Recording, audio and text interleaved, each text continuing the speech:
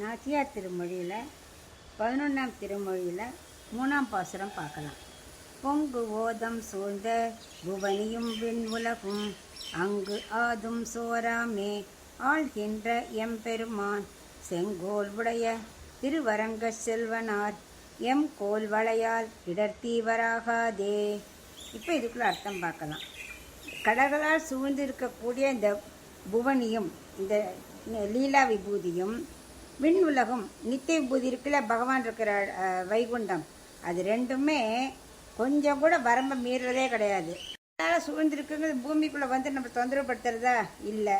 அதே மாதிரி விண்ணுலகளையும் ஒரு தொந்தரவும் கிடையாது, யாரும் வரம்பை மீறதே கிடையாது. அப்படி இருக்கும்போது பகவான் என்னை மட்டும் வரம்பு மீறும்படி வச்சுட்டாரே அப்படின்னு புலம்புற ஆண்டாள்.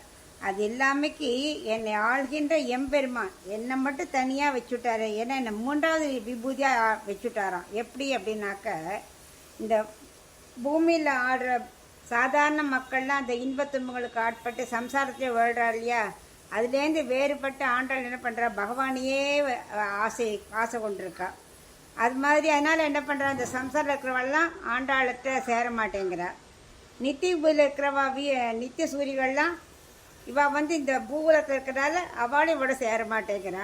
அப்படி 2 விபூதி இல்லாமல் 3வது விபூதை நம்ம என்ன நடுவில் வச்சுட்டாரே பகவான் அப்படின்னு ஆண்டாள் சொல்கிறா. யார்?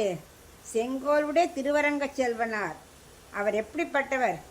அந்த வைகுண்டத்தில் இறங்கி திருவரங்கத்தில் வந்து சயனிச்சுட்டு விட்டார்.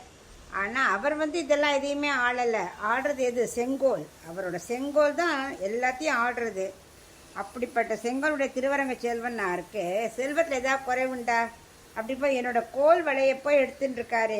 இது என்ன, எனக்கு இது எடுத்ததுனால அவருக்கு என்ன செல்வம் பெருக போகிறதா? எனக்கு ஏன் இப்படி பண்ணுறாரு தெரியல. போன பாசுரத்தில் சங்கு வலையை பற்றி சொன்னான், இப்போ கோல் வலையை பற்றி சொல்கிறான். அது எடுத்ததுனால அவருக்கு என்ன செல்வம் குறையெல்லாம் தீந்துருமா அப்படின்னு கேட்குறான்.